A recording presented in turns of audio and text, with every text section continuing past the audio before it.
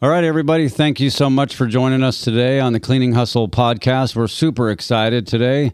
Chris is with me. Yo, I don't get you in the studio very often. I know. What's up with that? It's been a little hiatus. I know, man. I don't know what you've been doing. I've been working you too hard. Working or something, huh?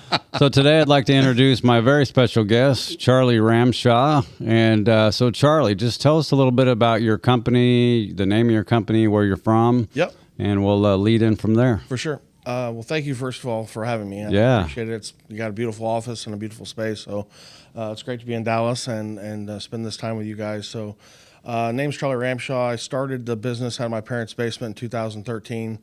I didn't know what the hell I was doing. I just know I got my first paycheck from my father.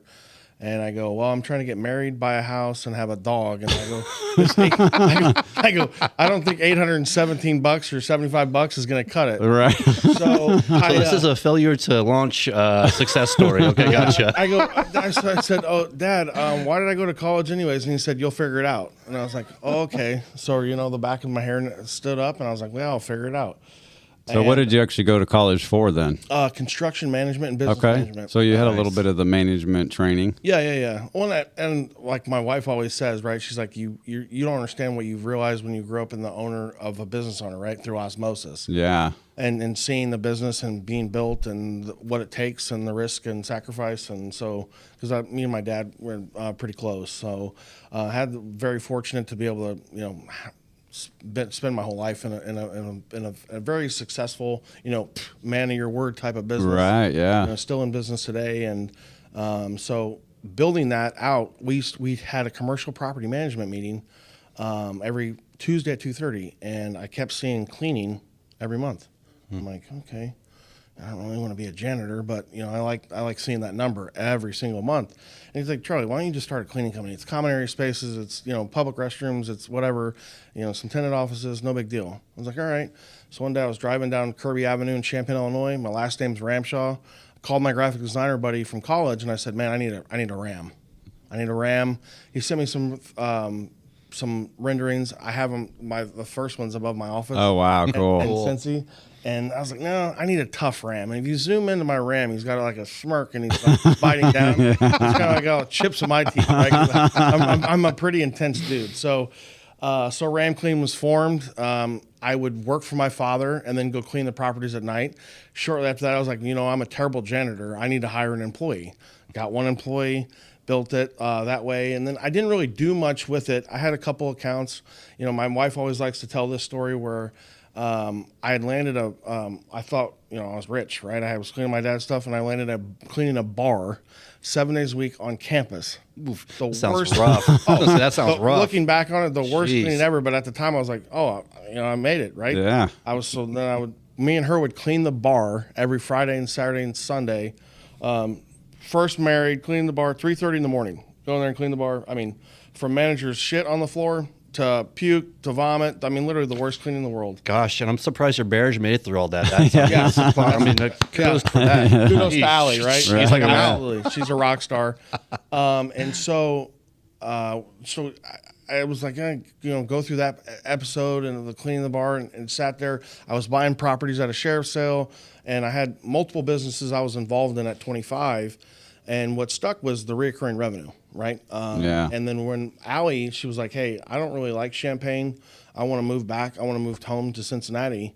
So I was like, hey, Dad, I'm leaving the family business. And I had to go all in with something because I couldn't go work for anybody, right? So in 2017-18, went all in with RAM Clean. How did your dad take that? He doesn't really a vocal person, but probably not very good. But it is what it is. I mean, he supported that. I had to do what at the time we had a young... I'm sure he respected it, right? For sure. He gave you that dad face. Like, yeah. Like, right, what is this guy here's doing? my 11s. And especially looking back, absolutely, right? And we're still, talk every day and very awesome. Involved in it and with aspects of the business. So I cashed out my 401k from him. And went all in with RAM Clean, and now we just got awarded 16th fastest private growing company in Cincinnati. We're operating in 6 states and multiple cities, and 300 plus employees, and it's good. It's great. Wow, awesome! What a great story. Yeah. Yeah. Wow. It's fun, man. And you got out of your parents' basement, and you kept your wife. That's pretty. Yeah. Yes. Yeah. So do you have kids? I don't know if I ever asked you that. Yeah, I got 3 boys, 9, 6, and 3. Oh, wow. Yeah, love my life, and it's great. Right now we're taking summertime, taking 7 weeks. Well, I'm not really taking it all off. Been going in and out, but really taking a lot of time to be present with my kids. Yeah. I actually talked to Coach Bird about it. One of my biggest regrets is when I was building my business is not being as present. I was younger and stupid, right? But being with my firstborn, so this time really around with my younger boys is just trying to, really be focused on being present with them and their life and these fundamental stages and being with them a lot. I mean, we spend a lot of time together. So Yeah, that's awesome. right. Yeah. I was actually just coaching a kid this last 2 days. They came in from Colorado. He's a 30-year-old kid and starting a business. And I was explaining to him the principle that I came up with early on in business was I basically sat my family down and said, look, I'm going to work really hard for the next 2 years. I'm going to work day and night. Like my schedule when I was doing sales and doing everything we were doing was I'd clean buildings from 6 at night to 6 in the morning, sleep for 4 hours, go do sales from 10 to 2, have dinner with the family. And then on the weekends, the family was out stripping and waxing floors and doing all those things. But the thing I told him, because he's in a boat where he has four kids, he's been married for 12 years, trying to start this business. And I was like trying to get the family on the same page and understand that, hey, I'm going to work really hard for this period of time so that when I'm 70 years old, I don't still have to be doing what I'm doing right now. And that's what I told my family. And I promised them early on, I said, if you'll let me work really hard right now, I promise you we'll have a couple of really cool vacations every single year after we kind of pay our dues in the beginning. Yep. And so I think a lot of people, they prolong doing that. Sure. Because they try to, it's like, well, I mean, I know people that are still 70 years old that are cleaning buildings because they never understood the principle of still trying to scale it and get it so you can have that freedom with your family. Sure. So that's amazing. I love that. Yeah. I remember the first time we took the family to Disney World. It cost us like $6,000 all inclusive. We didn't have hardly any money, but we made it a priority, and it was like you make those things a priority because that's, super important. Yeah, you have 70-year-old cleaning buildings? Jeez. Yeah. Well, old timer cleaning. We'll have your building clean eventually. It's actually 70. Provided we don't die. All right. Well, let's talk. We were talking before we started filming about the differences between our businesses where you run the direct hire model. Actually, ours are kind of exactly the opposite. Sure. You run the direct hire model. We run the subcontract model. You use SEO and different type of marketing things for the marketing. We use all in-house. So like almost parallel opposite all across the board. So I think it'd be kind of fun for us to kind of look at the comparisons. There may be somebody watching this show that's trying to decide. Maybe they're just starting out in the janitorial business and they're like, do I go the subcontract route or do I go the direct hire route? Yep. Like what does that look like? How do I market my company? How do I work through those processes? Sure. But one of the things that I recognized early when we were talking a few minutes ago is that even though all of those things may be different, our process from when we pick up that lead to closing that customer is very similar. Like that process doesn't change. Yeah, I tell my team it's all how the you time. drive the lead in the door, but once the lead gets there, that process is very much the same between you and I. Yeah. Executing that process and getting the customer to sign the agreement. So talk a little bit about, initially when you first started marketing, you got into SEO. I know you've got a guy on your team that's kind of the SEO specialist guy. So just kind of high level, what does that look like? Sure. Yeah, I got very fortunate early on to meet the family business was actually doing some recruiting. Sourceline Media was Rob's company, and so first phone conversation, hour and 45 minutes. Actually missed an appointment. We were cussing all over the phone. We were like, got to meet with each other, got to do business, and then he actually we just became really close. And then it came an opportunity where I was building the business that he got to come work with me full time. And I think, one thing that stuck out to me, Dan, when you're mentioning, back and forth, I think a lot of people, you don't trust when you're starting off, when your dollars mean so much, to who to go with. Yeah. I was very lucky to go with somebody that I could actually trust and had a relationship with. You get spam email 97 times a day through SEO, call center, and blah, blah, blah. Well, when your dollars mean everything, who do you go with, right? So I think that's a lot of the apprehension for people to scale and understand and to build out that process because they don't know, right? Yeah, because they could spend $10,000 on SEO and then they just lost that might not work. Yeah, and they never got one lead. Or they don't. I think the other thing that I see is SEO is an investment over time.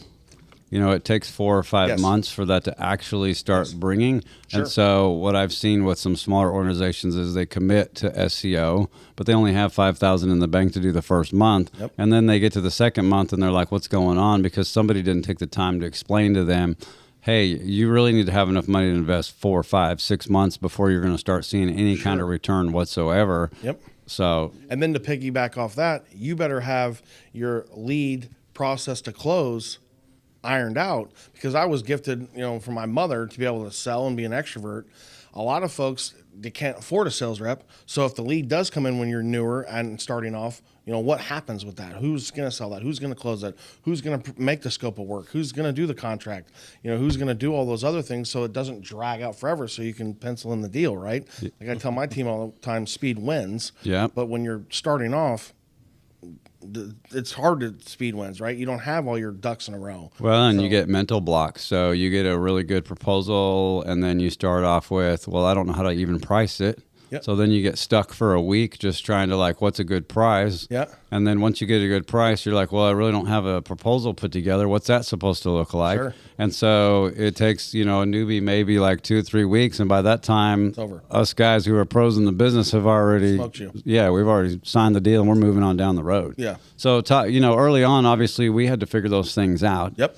I had the advantage of when I was early in business, before I actually started the company, I don't know if you know, I'm in my aviation background, but I see all your. yeah. So I was actually flying professionally and supplementing my income as an ops manager for a local company here in town. Okay. And so when I left them to start my company, the secretary that did all the bids and everything went to the president and said, hey, Dan's been a really great guy working for the company. I would love to just give him a little gift from our organization. And so this will date this. She gave me a 3.5-inch floppy drive that had every one of their documents on it. Incredible. So I had their bid proposals, I had their processes, and she's like, here you go. Just edit it, put your logo on it. And so the basic format of a lot of the documents that we have, I don't even know if you knew this. No. But the basic format of even our proposal and a lot of the documents we have today came from that original 3.5-inch floppy drive. So, you know, it's situations like that I could have been stuck.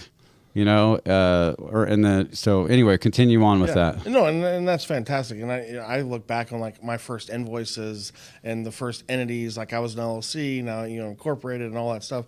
I've made every mistake possible in the business. And like you said, I went in your office, you have 972 books.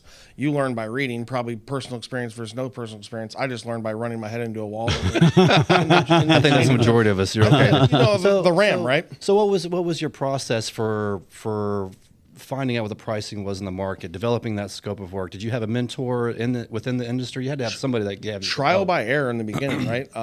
Really, I would bid stuff and then be like, man, and then understanding what the competition's doing. So getting that customer feedback. Yeah, because really, when I could get a relationship, I could get the relationship and then be like, hey, Charlie, like, I really want to go with you, but you're like too expensive or this is the price. So then I just started doing the math, right? And reverse engineering for that way. Then you get into ISSA and do production. That customer's going to remember you, right? For sure. Yeah, because I mean, obviously, if they're giving that information, that, hey, take a hike. You figure it out, right? Yeah. Well, and when I'm mentoring new like startup janitorial groups or whatever, I'll tell them like as we're coaching through the sales process and they're trying to learn the process, I'll say like we're going into a new market. I'll say the first 10 bids we're out, those are our trial and error bids. Those are the ones but the key to that is asking the right questions. If you lose the contract, like, okay, why did I lose it? Well, you were $300 too high from the rest of the competition. Okay, I'll make a note of that. The next one, I closed it the same day and they're ready to start right away. And I'm like, all right, what's going on? And then now I know I'm too cheap. Yep. And so you almost ride this roller coaster wave with those first 10 to try to establish what that market's doing instead of just lowballing it to get the job. Correct. And then, you know, bid it at a level where you know you can do the job and do a good job at it. Yeah. But and it's also the difference between if you're starting out as a self-performer, you're cleaning the buildings yourself, or you have to have the margin to pay somebody else to be able to support the company. Or you're like me and you walk in and you say, I'm going to be your most expensive cleaner, but I'm going to be your best. Exactly. I'm like, so if you're tired of switching janitorial companies every 6 months, you'll go with us. If not, you'll go with the low ball, and then it's And not. then if I'll it's- see you in 6 months. It's not if, it's when, and I'll see you in 6 months. You know, what comes to my mind is how do you know exactly what the scope of work entails? Sure. You know, as you're starting out. Well, is it just scrubbing toilets? Is it sweeping them Especially up if in it's somebody floors? that's never cleaned before. Yeah. So how do you develop that? I find that intriguing because, I mean, I've seen just the customer expectation, especially, you know, my background's the multi-tenant side, how that kind of adapts and evolves, especially if, you know, there's new what am I trying to say? New regulations that come across, you know, like lead programs and things like that. Sure, So and you're a lot seeing of times scope of work. Sure, in the multi-tenant make side, adjust. right? You get scope creep. Yes. Right? Yeah. Like, oh, you're supposed to be kayaking my restrooms every. I you know, am. Like, no, Okay. no, Yeah. you're not. It's right here. Yeah. I'm not doing that, right? And especially like we talked about earlier, where your margins are so thin, right? Like, the scope of work, what a lot of people really don't realize in our business is it's ironclad. Like, guys, this is actually the contract. Yeah. Forget all that legal language. Like, this is what we live and die and breathe by, right? So that's why having that scope of work, and we have, you know, the formats by the day and the allocation, you know, even from a dusting schedule and a vacuuming, you know, because like, oh, it's not detail vacuum. Like, no, I'm not detail vacuuming your whole 25,000 square foot office every single night. There's a rotation, right? Just like dusting. And then you're scratching your head. What does detail vacuum mean? So right. What's had the to learn difference? all I this had to learn stuff. all Like, that. Well, mapping out that- the floor plans and Yeah. color coding I mean, and all that. I'll be honest with you. Before I even came here, I thought I knew how to clean a window until I met Dan. Like, I'm not cleaning a window right. Then you see me cleaning windows at midnight. You don't even have a squeegee. Yeah, you gotta do a right tool squeegee. for the job. Look, we got paper towel and Windex doesn't Like, what are you cut talking it. about? Wait till the sun comes through and shows all your swirl marks. Exactly. It's over. Yeah, then you're done. You're done. And that, I think that, you know, back to the scope of work thing, I think that's a great piece of advice for somebody that's new in the business. Yes. Is understand the scope of work, read the RFP, make sure you're not missing out on anything. We did one just this week that was super like, I mean, just us having to like map out the scope of work and everything they wanted in the RFP was like 3 pages Right, worth RFPs. of, you know, this week gets cleaned on this month and back and forth. And what I've seen the competition do is just pull out an RFP, go, okay, it's this many square feet, it's this many days a week, not even read it, gonna get and smoked. then lowball it. Yep. And then the What do you mean I got to strip and wax this whole place? Yeah. What do Yeah. you mean I got to carpet clean every 3 months? exactly. Yeah. Yep. So you can really get burned bad. Yes. Well, I think also a good piece of advice is as you're receiving these RPs, save them, keep a file of them. So that helps you expand your own scope of Yeah. work. You know, I'll I leave mean, you I have it guys for the running- RFPs. We don't do that. No? No, we don't do any RFPs. Oh, man. So you're Well, it's because a- yours it's a is all low-cost based model. on hourly, right? Well, not hourly. It's just mine really is based on relationships, right? And partnering with people that actually, you know, I'm going to be the most expensive, right? So not somebody that wants to just have a quality product is really what I'm pushing. RFP process is what? Yeah, everybody's the trying to low get the cost low ball. and the top, the middle. Or the middle, yeah. Yeah, but it's still, it's like, you know, how much time the whole company's got to spend legal, preparing it, going through it, and all that to just, we just have a terrible, I'm just like, so I tell my sales team, don't even focus on them, right? Go focus on people that want, or they're tired of switching companies. Right? So Yeah. you're looking for like mid-size to We clean, smaller, we right? clean a full-time person to our biggest contract, $70,000 a month. And everything in between, right? And I don't know, I'm not and like split like Dan, but yeah, I mean, we clean any sector, anything that was willing to pay our rate. But really, it comes down to paying our rate. Yeah. You know, one thing that also I think that's important for people who's getting in the industry is also understand your customer profile type. So, for example, if you're 100%. cleaning a medical, you're cleaning industrial, etc. Those are also things that are a school. Those are also important details to kind of be Yes. mindful of. Yes, 100%. You know. That's why I love the good old boy at the manufacturing facility because they usually have less expectations. They're like, just clean my Right. toilet. And the medical Common area. facility with tons of nurses that thinks it needs to look like the Ritz-Carlton every day you walk in. You're like, oh boy. It can, but you got to pay for it. Sure. Yeah. Well, and I think honestly goes back to my that line. our industry really needs to. This is probably one of the things we talk about the most. Is one of our biggest frustrations. Is what you said right there. Is our industry has to have that mindset of my price is not going to be competitive. We're here to just serve. We know what it takes to do your job right. Yep. Here's our price. Take it or leave it. Yeah. And I think that it's this dog eat dog world that everybody gets sucked into with the RFP processes. And everybody's like we were talking about earlier before we got on here was, the square foot rates on these multi-tenant buildings. I laugh because I saw these same rates back in the 80s. Like and then you look at the economy going up by 40% in some sectors of the economy. Yeah, I don't want it. Yeah, exactly. Yeah. So talk through your acquisition. What are your key things you do to market and bring those into the door, and then kind of through that process a little bit? Yeah, so through the SEO, Rob's, and the guru in the background, we're spending between $15,000 and $20,000 a month right now on Google Ads, and then we have a host of sales. We have 6 or 7 sales reps and sales directors, so 7 that are then in the markets specifically. That then when the leads come in, they're and then fulfilling those leads, but then they're doing the cold calling and the networking and the door to door and whatever, right? I give them enough rope to be able to let them kind of handle their own route for now. So I embed this legacy selling system in their head, and the system in general, right? So the Google ads that we just had another one come in today.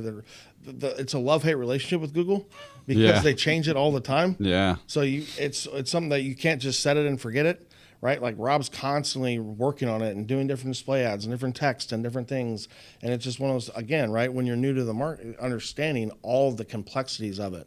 I mean, and the reviews and how important those are, and like as we talked about the other day, that's your online profile forever. Yeah, not just today. I mean, it's forever. We talked about when we first got here, the internet itself is really still at its infancies. I mean, it's 30 years old. It's not. I mean, it's going to be going on for eternity. So really, to set up a new market, get SEO now, which sucks, then we really have to go get an office. Used to be able to just do a postcard. Yeah. So I got to lease an office.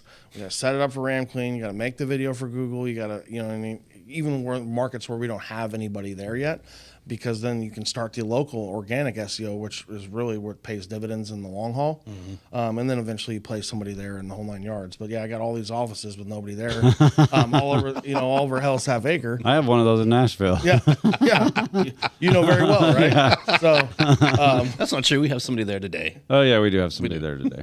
Yeah, check one time at a cleaner. Yeah. No, we actually have one of our sales reps there today. That's right. Oh, great. So. And that's just like one of those hacks, right? Yeah. That we're doing, and you can on the back end looking at the metrics, seeing the value of it. I mean, I think last year alone was like 743,000 on organic sales just alone that came through Google, not even on a display like a paid ad. So clearly, it's worth it. I mean, it's expensive, but it's worth it. So, what's the typical customer that you get off of those ads? As far as like size? Is there an industry? Is there a profile? Is it typically female that are Google searching, males? Right? So Dan walks into his office and he's pissed off. He's like, I've had it. When he goes, sits at his big computer screen, he goes, commercial cleaning company near me. Bang. RamClean. #1. Click. Bang. Go.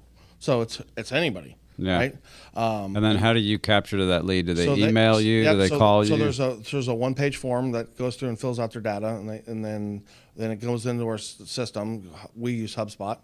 So then it's routed through zip code to the different area, and then whoever's in that area calls on it and sets the appointment. Sales rep goes and does our deal. So like what we do is I always like to give more than I take up front, especially. So we show up with a RamClean bag branded with a Yeti mug, a case study typically for that industry segment of what we've done with a customer reference and all that stuff. My favorite pen, some koozies, and then we start the walkthrough process. Then come back from that, scope of work, blah, blah, blah, and start the negotiation process. Oh, sorry. Good. I was going to say, so how long is your sales process on average? So, I mean, and the bigger the fish we get, the longer they take, which drives me nuts. I mean, Right. So, like, we just recently closed Buffalo Trace, the bourbon. I was going to say, yummy. Yeah, in Kentucky, right? Big campus, huge. I can have another talk show on that. Yeah, talk about the brand and huge thing for, we talked about earlier, website and the whole 9 yards. But, I mean, it took 6 months. Multiple site visits, multiple interactions. How's this going to work? What's this? What do you not like about the incumbent? What do all this stuff? And then we just we're start July 8th. So nice. but- Congratulations. Yeah, thank you. Yeah, that's awesome. So the bigger ones always take longer Yeah. usually. We did one of the big local companies here. It took us 2 years to close them. Yeah. Same kind of song and dance. Yeah. Yeah. So talk about you know, you said you don't. I can tell a story too here, but I want to hear you. What's the scariest sales call you ever went on? Like most intimidating, I guess.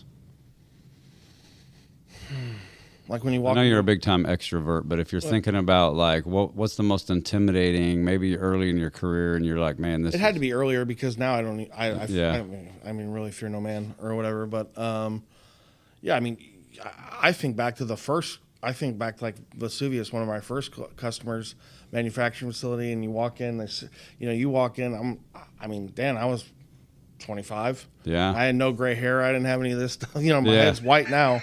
You know, but you walk down as a kid, and that I didn't have a team, right? So I think it was just me. Yeah. And they got a whole team. I mean, like even like when I had Thyssen Krupp, they had 12 people in there. I'm like, oh boy, this is interesting, right? You know, like my wife always laughs because I've never even filled out a resume. Yeah. You know what I mean? Like, so like to sit there, I'm like, sit there and I'm like, okay. And then they start drilling you with the questions, you know, Yeah. hey puppy, how are you going to do this? And and you're like, okay. And so over time, again, like building it brick by brick, you just learn that the lingo. And then I tell my team all the time, be confident in what you're selling, because I've been fortunate enough to build it and then invest in the infrastructure of the operations team and keep redefining that process. And especially then you implement technology to be able to train, monitor, and audit and all that stuff, you know, moving forward. It's not like you're selling a product that you're not, you know, confident in. Yeah. But yeah, definitely early on when you walk into the boardroom and you're like, day, and you're like, Oh, and you're like, oh crap. why are all these people in here with suits on, clicking their pen and stuff? So, yeah. And I'm like, oh. Yeah. So the scariest one that I ever did was, it was back in 2000. Oh, my dates are going to be wrong, but probably close to 7 or 8 years ago, we got an opportunity to be at Under Armour's corporate campus. I've been there. Maryland. I got the whole walkthrough. From Yeah. Wow. So, but they did. So one of my guys had been courting them, like got in with the key guy. Yeah. And so they invited us in. We go into this main lobby, which was just really huge. Oh, yeah. And then as we're walking down the hallway, they have these conference rooms. You flip the switch and the glass smokes out. So like if the conference room is in use, the glass is smoked out. If it's not. So then I go sit down. We had put like a little pitch deck together, and I sit down, and it's like everybody from the dude, not the guy that founded it, but like the guy right below him. And then they're like, oh, and this was my first interaction with like a interactive room. So they had all these corporate executives that were in their cars just getting off of flights and stuff. And so they zoomed in with all these mics, all these cameras moving around the room. Like whoever's talking is like the camera's pointing at them. And I just sat there and I'm like, oh my God, what did I? Well, thankfully, yeah. So you get in, and I'm like, I try to stand up, and I'm like, hi, I'm Dan Schindler, the CEO of Integrity, you know, and I like, blah, blah, blah. I couldn't even get it out, right? Well, thankfully, the guy that was with me is like, at the, you know, I'm very well, you know, better now than I was then. Sure. But he was actually a pastor of a church. Lots of public speaking experience, worked for McGraw-Hill, like all these different things. And so he was able to kind of like jump in and, you know, do a really awesome presentation. And we ended up being number 2, and we got knocked out on price on that one. Sure. But, you know, that was, I just walked away like almost apologizing to myself for being a failure, you know. Yeah. but you have those situations, but you learn from them. Yes. You know, we didn't get the contract, and probably good that we didn't. But you learn from them. You get an opportunity to be exposed to that, you know, so. Yeah, which is amazing. You know, are the buildings still named after P&G, like the Tide building, the this and that? Yeah. P&G sits in Cincinnati now. But yeah, my brother's best friend, Jack Schumacher, worked there forever, so I actually got to tour that whole facility. That would have been a big site. Yeah. That would have been a big site. Yeah. Well, they were actually, they were only going to give us 3 buildings, and then they were going to keep their current vendor with kind of the rest of the campus. Test you out. Yeah, to test us this out, but even those 3 buildings were like $50,000 a month just for those, there. Sure. And so I think we did the math based. It was going to be about $170,000 a month contract when it was all said and done. Yeah. Might be time for a redo, Dan. And we had just opened up the Baltimore market at that time, so I think our revenue at the time was like $27,000 a month. Nothing like catching a so blue marlin right off the rip. exactly. We were like, oh man, we get this. Did you come in sporting Under Armour gear? No, we actually had that conversation. Like, so we're the No, first actually, Under Armour suits. If they're wearing Under Armour, they're out. Like, we don't even have Under Armour suits. Oh, I have this one made. Yeah, I walked in with my Nike shirt on. They're like, get out of here. Good try, stupid. Whoops. Yeah, it's crazy. Know your audience. Check. So what do you, I just recently read a book. It was kind of interesting book. It was written kind of at the 5th grade level, but it was a business book, which I found very super interesting. Sure. And so I was thinking about that book this morning, and it kind of led me into think, if you were going to say, what is your superpower? What would you say, like in business, what is your superpower? I think just getting to a level where whoever I'm meeting with can drop their shoulders and talk to me man to man or woman to woman, right? Like I just really get into the friend zone quick. Yeah. And just have that relationship. And then because I really don't, like they know why I'm there. I don't even try to get to the cleaning. So I really just try to understand the person that I'm dealing with and who, if I want to be doing business with them. Yeah. Like, are they going to have my back or not? Like Yeah. I like that strategy. Like I said the other day, like I can't wait to fire customers that are annoying me. Yeah. Like I don't care. Well, I always tell everybody the best sales calls that I've ever had are the ones where I sit there for 2 hours and I never even say the word Don't even talk about janitorial. janitorial. Correct. Yeah. Like one of my very first biggest contracts I ever closed, we sat there for 2 hours and talked about everything but janitorial. And he's like, you know what, I really like you. I think we could really work together. You know, here's my budget. If you can make this scope of work with our budget, you got the job. Yeah. You know, and that's really what it's I've about. met you, 3 times in person. I walked in your office, threw my bag down, we sat down in the chair, Yeah. like bang, bang, bang, bang, Yeah, bang. exactly. And that's awesome, right? And I think that's really what I think this my quote unquote superpower is. But just when I was talking to my ops person from Illinois today, I think a lot of people they're trying to play a character that they're really not. Yeah. You know, I'm wearing a backwards hat. I am who I am. And it's just that like it's Dana White being says. true and authentic to yourself. Yeah. Because people can see right through that. Yeah. So how do you? So you have 7 guys on your sales team or whatever that number is. Yeah. Each one of them is going to have their own personality. Sure. They're all not going to be you. They're not going to have that same walk in. Yeah. So, Stuff. but how do you train those guys to get the same end result based on their personality? Because you're going to try to train them towards what you would work, but that may not work for them. Sure, and I don't say, hey, be me, right? I don't like try to replicate whatever, right? I mean, you just try. It's a constant iron sharpen iron thing. Yeah, it's a constant coaching thing. It's like, hey, this, that. I know we're fortunate enough too on the big leads that my sales director or I usually are attending anyways, so they get to see it in motion. But yeah, I mean, it's just one of those things like, with your team, it's just, you never stop coaching. Yeah. And critiquing and getting feedback and understanding. Because like I said, I'm the farthest person from like a corporately trained, that's not me. You know what I mean? So I go in and I'm not like the 3-piece suit, blah, blah, blah. And like you say, like the corporate, when you walked in Under Armour, you're like, oh, whoa, like, am I talking to a robot? Yeah, Like, exactly. You know what I mean? Can you deal with that stuff, right? Yeah. Like the cleaning bid for Procter & Gamble in Cincinnati is $1.1 million a month. You know what I mean? Those are huge opportunities, and you're dealing with all those, C-suite, corporate, and, and that. They're talking a lingo, and you're like, what Yeah, was that? You don't even know what they're saying. And You might want to wear a suit for that one, Yeah. though. Yeah, and I won't. I'll probably wear a Ram Clean something. Ram Clean polo. Yeah, Ram Clean suit. that's what they get. So, and I think everybody has their own niche, and everybody's human, and it's just one of those things where you just gotta. Hopefully, you hire slow, fire fast, and you get people that fit your mold and your brand and represent the character and qualities that you want, pushing your stuff, and that's all you can really hope for. Yeah. So, What about on the operations side? yeah. What's kind of your flow there? What do you look for on Some of that's on that just side of the so I block? got great. So my CEO is incredible. I don't know if she sleeps or not. And I was fortunate enough to have her early on in the business as we built it. But then I got a guy that would work 10 years at Coverall. Then he worked with Italian. That's really the boots on the ground operations director, and then several. I mean, I don't know, 20 area supervisors and managers underneath them. But yeah, their qualities are just relentless, man.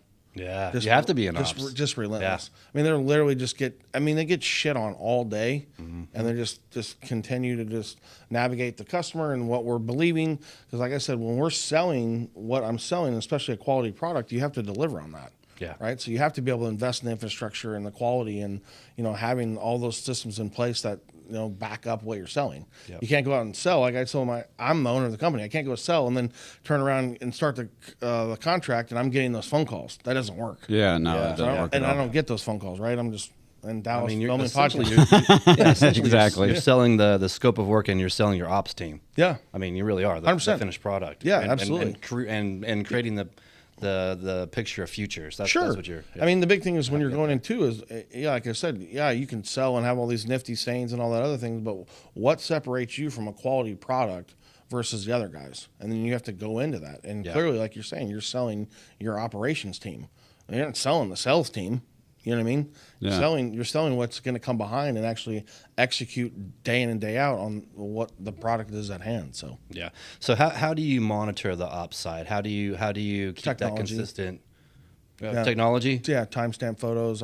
We use Swept for our app for now. Okay. We tried to venture into another one that didn't work out, but Swept's been great. I mean, especially from our boots on the ground folks, it's just idiot proof, right? But yeah, timestamp photos, Swept.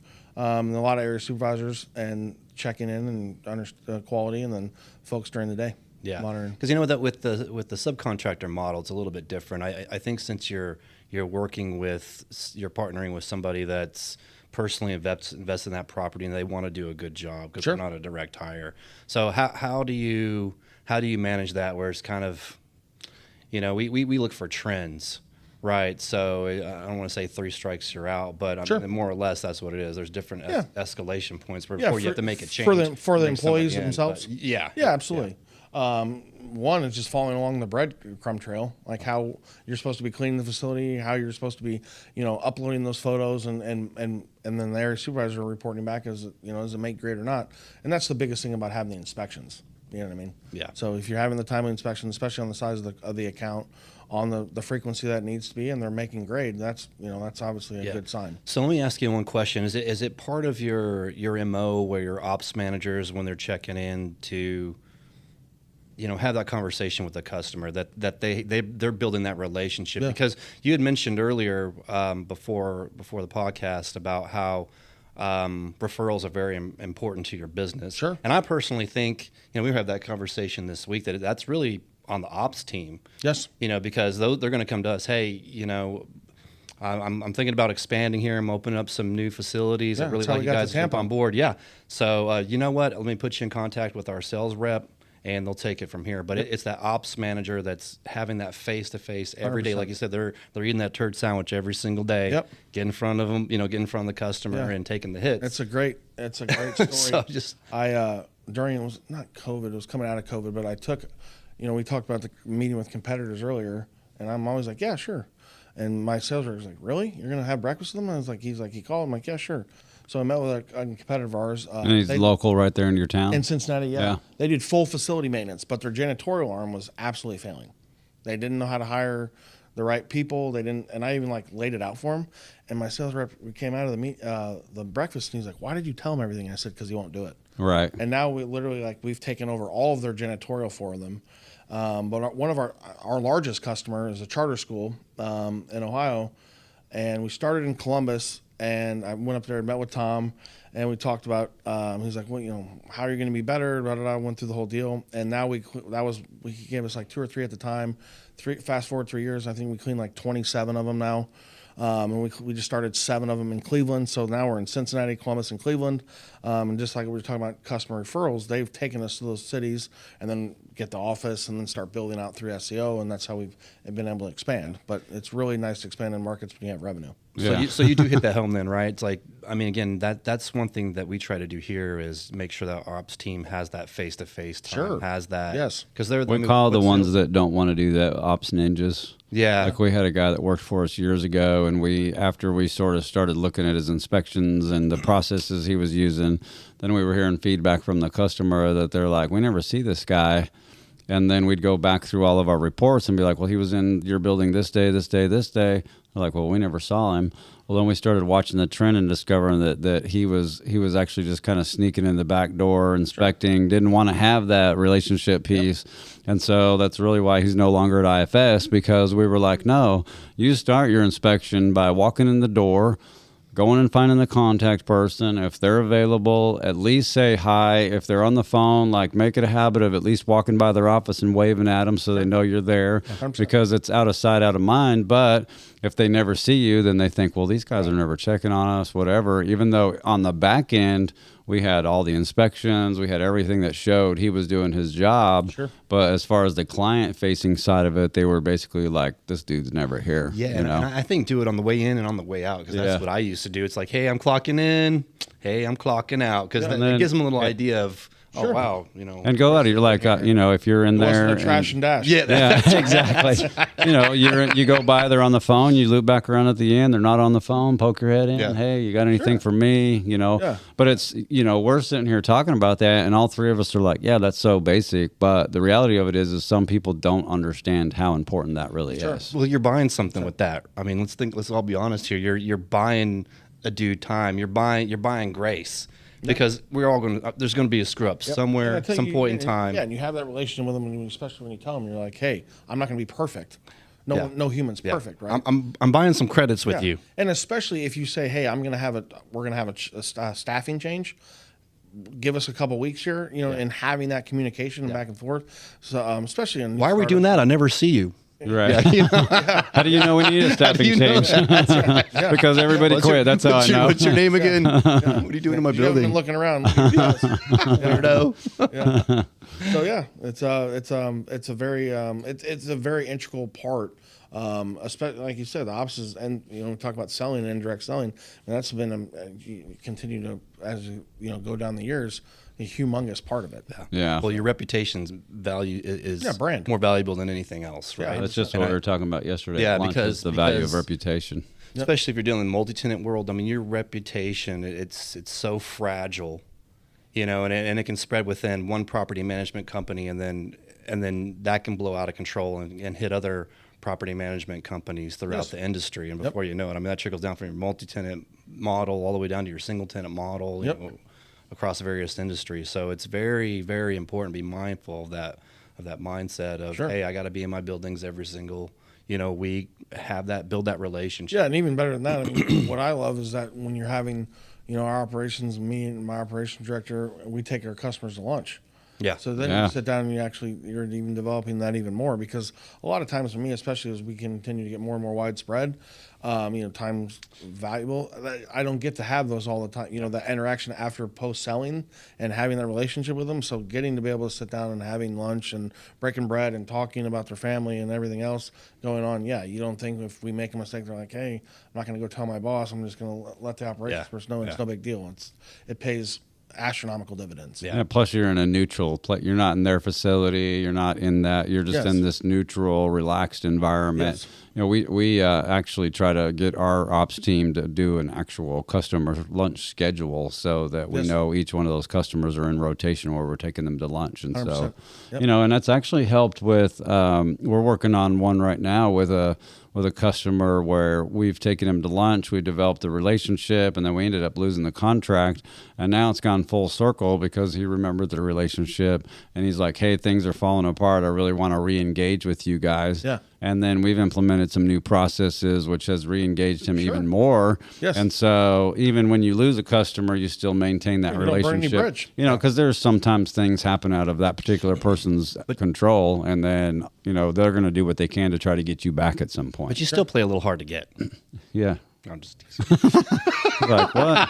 Our prices did go up a little bit. You can't come back, but it's weird. It went up 25%. Yeah, exactly. I don't know if you've seen the CPI increases, but they're hefty. Not to make it weird. Yeah, exactly. The Cybertruck can pay for itself. That's right. Exactly. I love you, though. So let's talk a little bit about our industry. Yeah. You know, we have a lot of. I mean, this industry is really in the last 10 years, I would say, maybe even 5. You know, the collaborations with just you and I and different people, Yep. and talk about the impact that that's made on you and how that can help somebody else. Well, it's funny, meeting with James and Angel kind of just like stumbled in on it. They're like, hey, you really should come out to Denver, blah, blah, blah. And you're like, I'm like, I don't know really what, but again, leaning into curiosity, show up, me and you meet, we're in a group setting, and you were there too. And you're like, talking about your model, we were talking about our model and how. And then, you know, of course, Ricky's zipping around everywhere. And then thinking about the collaboration, as, you know, most industries where they're like, oh, business, but like our group, especially when you think about all of the cleaning that's taking place in North, it's so abundant that like it's not, we're just trying to all build a big building. And I don't care about our competition or tearing anybody else down, but how can we be better? You know, like Rick is saying, right? Stronger together. And it truly is the truth, right? Like understanding, like collaborating and how you do it and how your sales and how do you do your SEO and how do you run your operations and what do you mean timestamp photos or all these different tidbits that people then can take true value back to their own business and make it better, right? Like, and I think it's just a fantastic industry that we're all starting to come together to help collaborate and be better together. And it also helps raise the standard across the board. Yes. So what is that? Deviation of Normalization of deviation. Yeah, normalization of deviation. I can never remember that. This is a deep subject for us. I was going to say this is a family show. We can't discuss. Oh yeah, we can. So you know, it's just because the standard changes over time. But what happens in collaboration is we can all, as an industry, set the standard together. Yep. You know, because we're not regulated by the government, because we don't have a SOP that the government says, you know, like an electrician, they have to follow these things. You have to do this to become a master electrician. You have to follow this guideline. We don't have that in our industry. Yep. So through network and collaboration, we can work together to raise that standard up. And then I think what's going to happen in the next 5 to 10 years is that property managers, the customers, the people that we deal with are, you know, on our client level are going to begin to see a shift in our industry. And a lot of them that don't see what's happening behind the scenes with all of us networking together, going to events, showing up in Chicago, you know, Denver, you know, wherever Vegas, all these are out. Yeah, Vegas and collaborating and it just makes us all better. Sure. You know. Yeah, because I go back to the statistic of Ricky, which is crazy, is 52,000 cleaning companies start every year and 52,000, I mean, on average, go out of business every year. Yeah. Right? So how can we get folks in to help them be successful?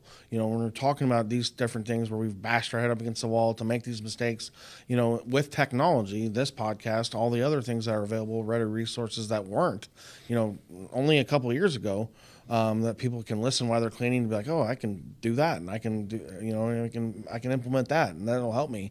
I think you're exactly spot on. I think what we're doing as a whole is really helping, and then will continue to help. So it's fantastic. Yeah, I think back to like 20 years ago when I started. If I would have had YouTube or the availability of the networks and you know, all the moments when I was beating my head against the wall, if I would have just had one person I could have called and said, hey, I'm dealing with this, you know, whatever.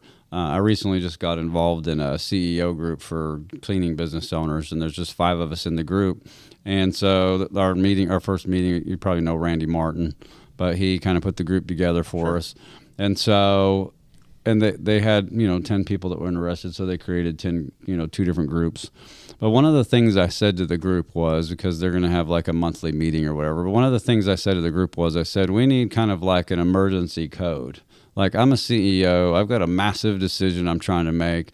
I got bat phone. Yeah, bat phone. Exactly. You know, what is that like? I don't like if one of us is in a crisis, we don't want to have to wait until, oh, well, the 3rd Tuesday of next month, I got to, you know. And so we came up with a process like, hey, if anybody needs to jump on a Zoom call because we need to think through something, or we need, you know, like, here it is, you know, raise your hand. And so those are the things that I didn't have 20 years ago. Like, you're just out there, trial by error, making a lot of mistakes, losing a lot of customers, running through the process, beating your head in the ground because you underbid something. And so anybody that's out there today that sees this podcast or sees these groups or whatever, dive in all the way. Yeah, and I mean, on top of that, I mean, that's a pretty exclusive group. You have so many Facebook Yeah. groups and different bid sites and how to bid things, and you have ISA and all these other things. So yeah, it's absolutely fantastic, and it's only growing exponentially every day. And yeah, it's funny to be like, you know, in the business of cleaning